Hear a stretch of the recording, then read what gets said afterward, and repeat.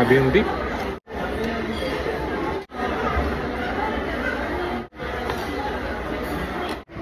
Oh yes, good morning mga ka-chamba. For today's video, tayo naman ay lumabas pagkatapos ng 5 araw na nandun lang tayo sa bahay. Ay napagpasya namin na kumain muna tayo sa labas.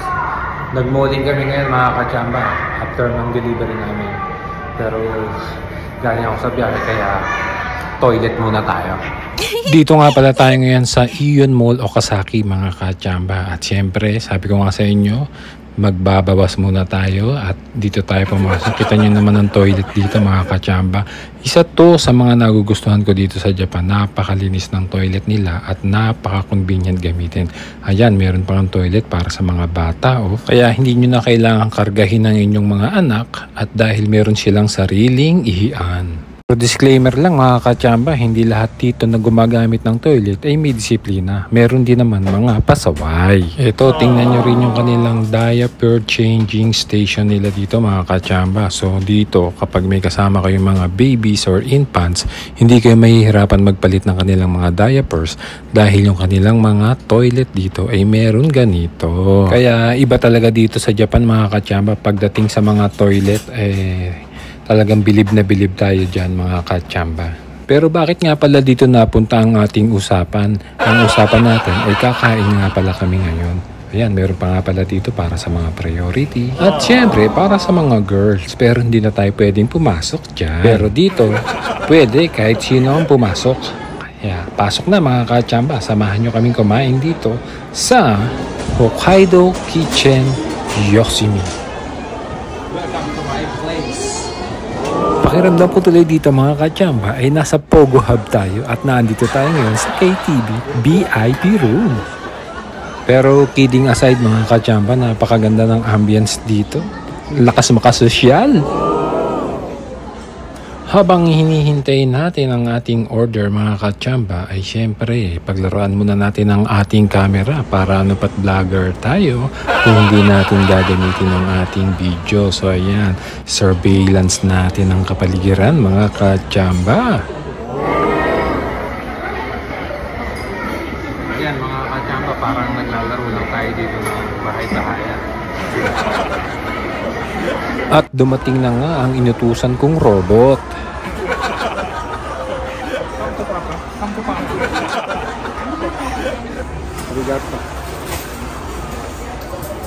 Siya nga pala mga kachamba, ang aking order ay roast beef and Karobi rice bowl. Sa Tagalog, ito ay karne na may kasamang kanin na pinagsama sa isang lalagyan. At dahil wala pa yung order ni Mars, ay tingnan muna natin ang ating soup at ihiwalay na natin ang itlog. Unang hakbang, basagi ng itlog.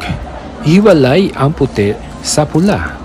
At pag nahiwalay na ang pula sa puti, ilagay ang pula sa ibabaw ng beef o ng karne. Kagaya nito. At kapag nailagay na, paglaruan ang video. At makalipas ng ilang minuto ay dumating na ulit ang inutusan ko na robot. Mama.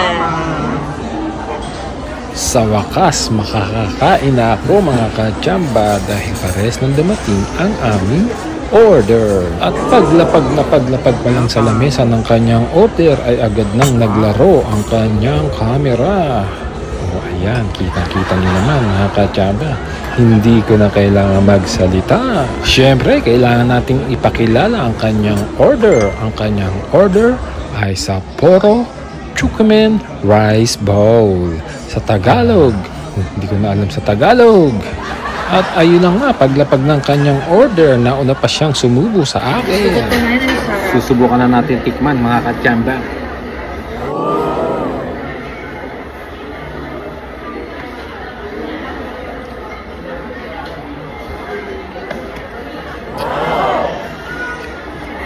Grabe yung beef. Grabe talaga yung lasa mga kachamba. Hindi ko maipaliwanag kung gaano kasarap. Talagang pagsubo na pagsubo ko ay panalong-panalo. Talagang sulit na sulit ang ibinayad nyo rito mga kachamba. Ito yung mga pagkain na unang subo mo pa lang sasabihin mo na babalikan ko to.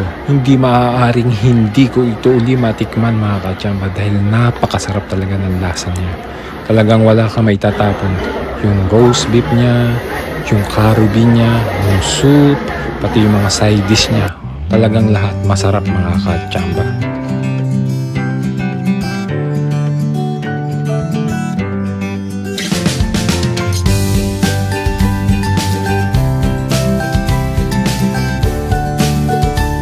At dahil last bite na mga kachamba, bigyan natin ng momento mga kachamba. Dahan-dahanin natin ang subo para hindi agad maubos.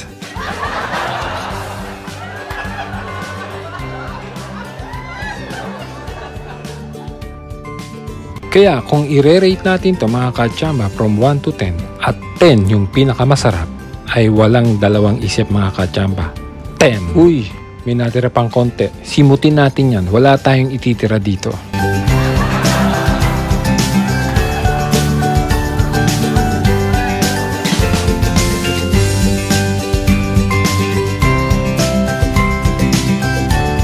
Heto ang natira. Balat ng itlog.